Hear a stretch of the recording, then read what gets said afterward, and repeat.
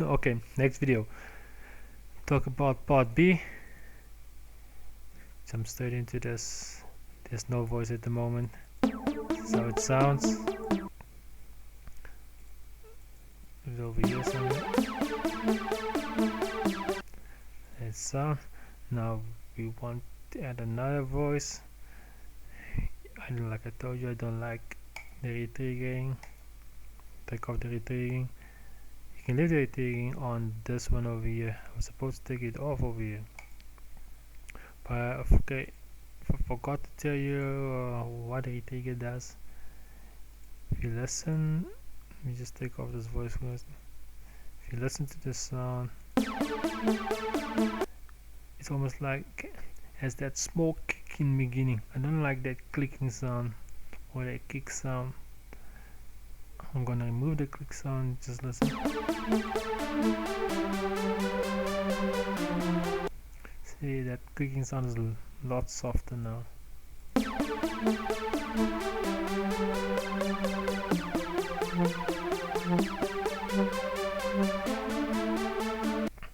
It's more like it. Let's go to pattern B now. Part B now. Okay, I want one voice. We're gonna give it saw wave. I mean square wave this time. So it's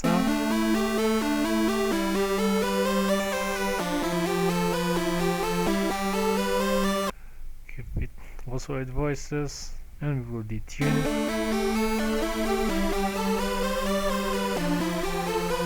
Don't want it to be louder than this wave, so we're gonna make it softer.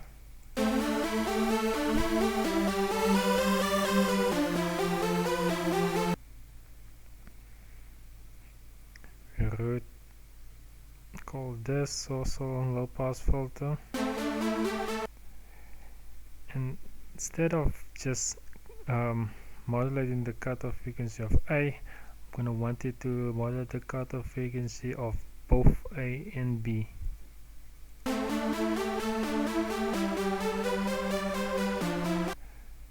can change your wave to U1. I'm gonna change it to this one, sounds better.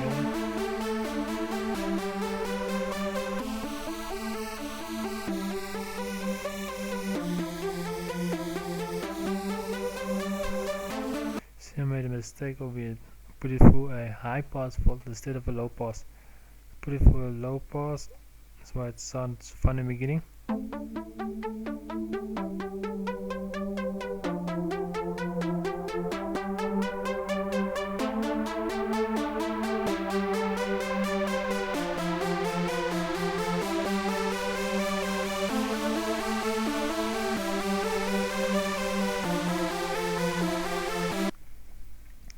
Okay, that's how you add another wave, part B.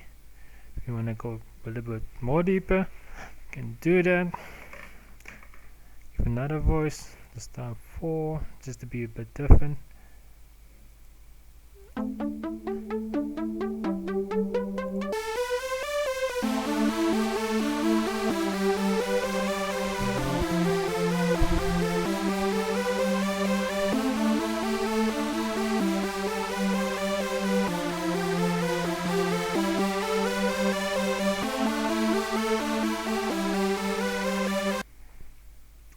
That's that.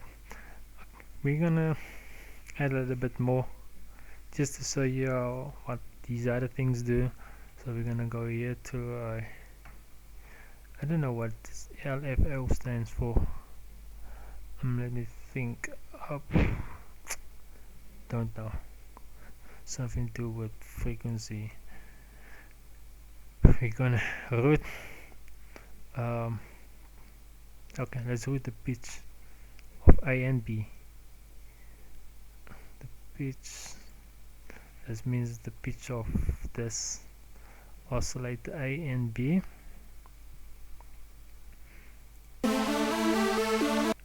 One little effect on it.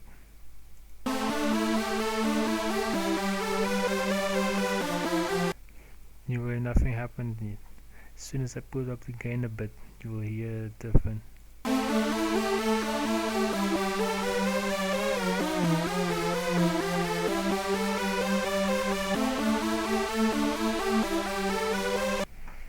just gives a little bit of movement inside of the wave.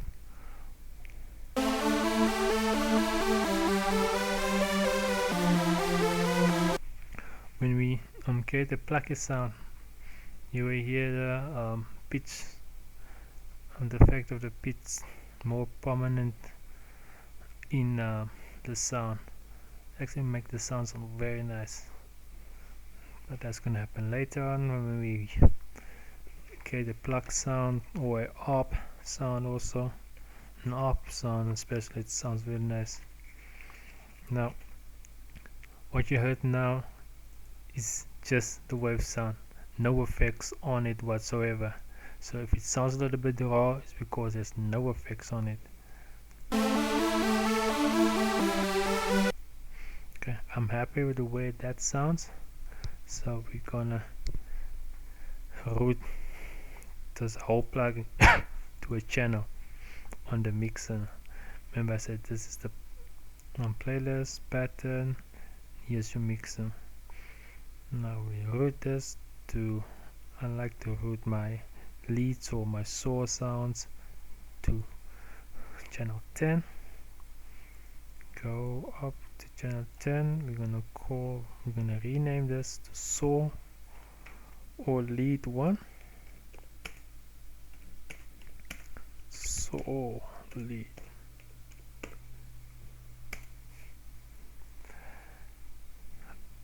I like giving myself colors. Start from a point, yellow. Remember I rotated this one to 10. So I right click on it, make sure that the green is highlighted next to the channel, and I say click on link to this, so it just renames the channel which I put the lead on, which is channel 10. There's your VST routed to channel 10. On your mixers, your mixer.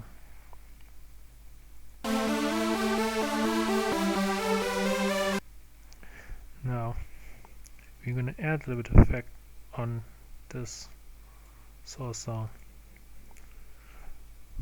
First thing I want to add is some reverb. Without reverb, with reverb, gives that area feel.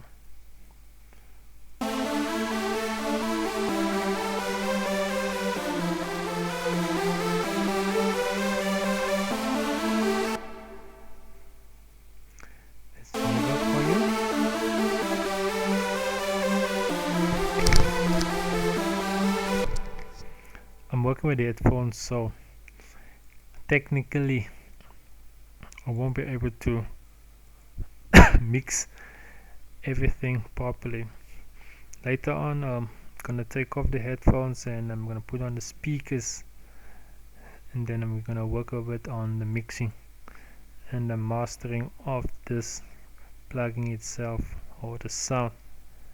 That's gonna happen way later. So if it doesn't sound right for your speakers, just listen for your headphones, will probably sound okay. But let's just continue firstly here. Okay, after you added reverb, we're gonna do a little bit of delay. In any of the delays, I'm gonna use this delay.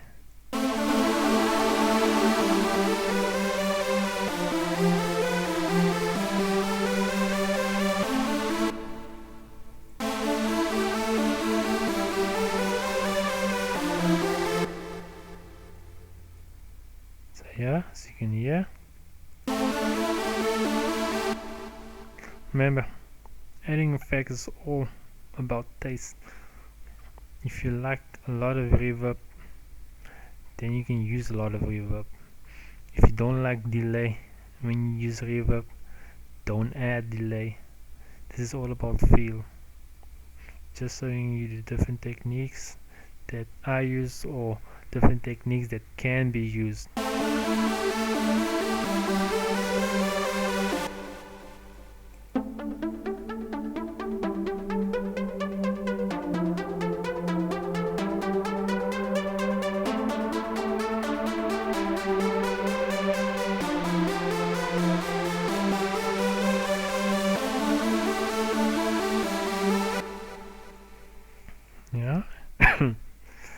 is how it sounds.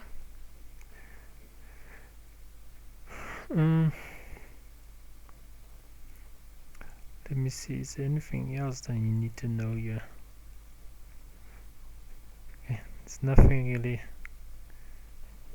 else you need to know here. So we're gonna move on to the next video. Okay, there's still a few minutes left. I like to start new stuff on new videos. It gives me a lot of time to talk about something and not rush through it. See, there's still about 3 minutes left. Let's talk about something in here. Can we talk about okay, we can talk a little bit of these effects on the plugin itself. I'm just going to talk about the distortion one. Let me just see if I change anything.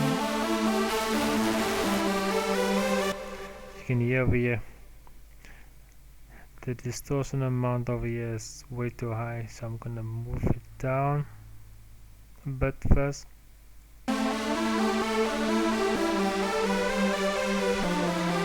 The reason why we put in distortion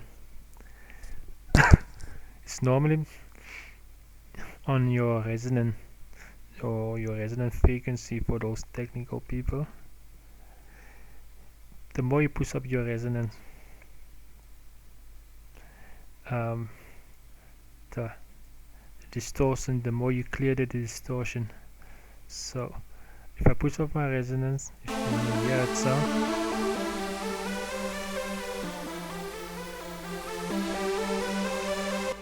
it will make the sound, the source sound a bit softer.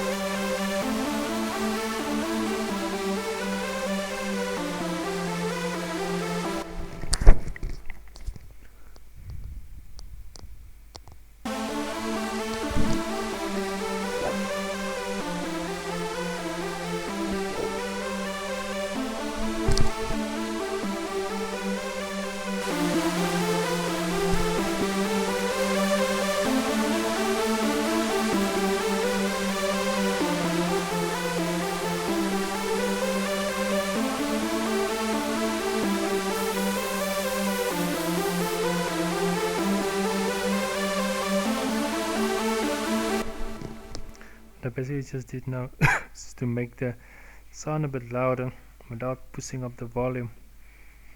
And then, later on you're gonna learn more about why we don't want to push up the volume of anything, whether it's a kick or a VST, the piano, the source sounds, the square sound, the plugin sound.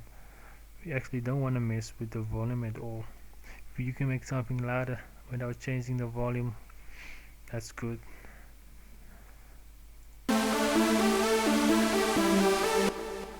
Push up the drive.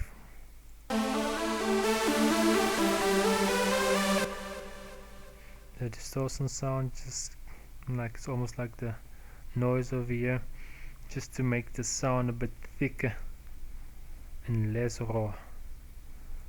But yeah, almost ran out of time. I'm gonna talk about the bassline in the next video, or creating a bassline.